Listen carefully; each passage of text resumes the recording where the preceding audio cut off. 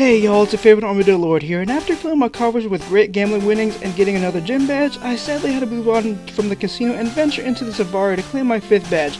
This is how it went. We start things off by going down Route 12, training and earning cash to hopefully gamble away whenever I get the chance again. To progress further on this route, I had to wake up Snorlax to battle it and get it to move its fat hide out of the way. It took me a while, but I was able to catch Snorlax and send it to the PC, so now that it's out of the way, I decided to make a little detour back to Vermilion City to stock up on some supplies. While on my shopping trip, I took another small detour and discovered that the ROM hack added a contest hall to Vermilion City. After my trip of getting back on the trail, I bumped into a fisherman who gives me a super rod that'll help me catch more Pokemon. Once I finished all my pit stops, I got back to training my team and catching new Pokemon that this route has to offer me. I then reached the infamous Route 13 maze, annoyed mainly like myself back in the day, but at least I can farm some XP and cash while I navigate it, which doesn't take much difficulty to navigate, and make it onto Route 14 and eventually Route 15, which will offer me good training spots and some money farming. After all that, I eventually make it to Fuchsia City, which has quite to offer. Nothing as amazing as the gambling in Celadon City, but the city has some good attractions, such as the Safari Zone, so I immediately paid the entry fee to see what Pokemon I can catch and what items I can collect from here. During my trek, I find a lost pair of gold teeth, and I know who I need to give them back to. I then make it to a rest stop where an employee gives me an HM for Surf because I was the first person to make it to him.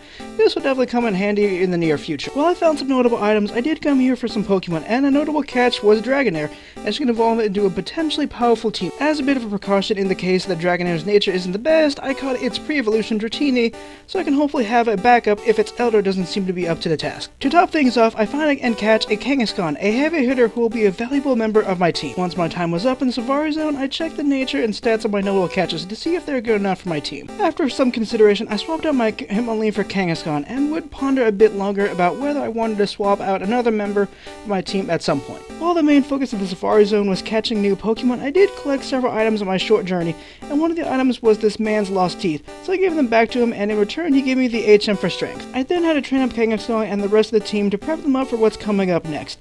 Plus, the cash earned from these trainers is an added bonus. Once I felt that I was ready, I decided to challenge the Fuchsia City gym, only to realize I needed to train my crew a bit better as the trainers were a bit more difficult than expected.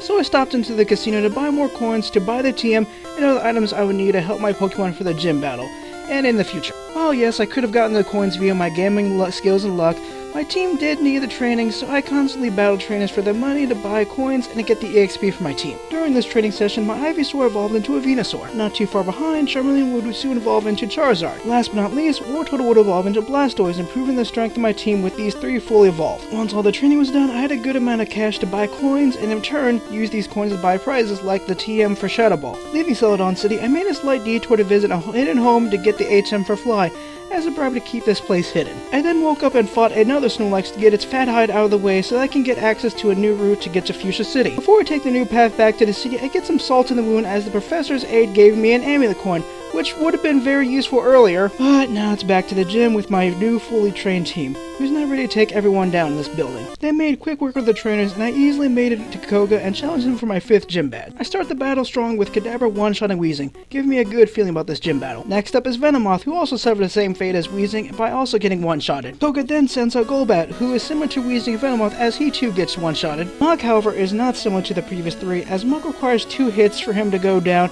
and to get to Koga's last Pokemon. Nidorino is not like Muk, as it goes down in 1 hit like the previous 3, and with no Pokemon left, Koga goes down, winning me my 5th gym badge. After that victory, I got even more salt to the wound as I bumped into another professor's aide who gave me an EXP share, another item that really would have been used for earlier, but that's what I get for not exploring that often. With all that done and after thinking things through, I decided to take a risk and switch out Charizard for Dragonair.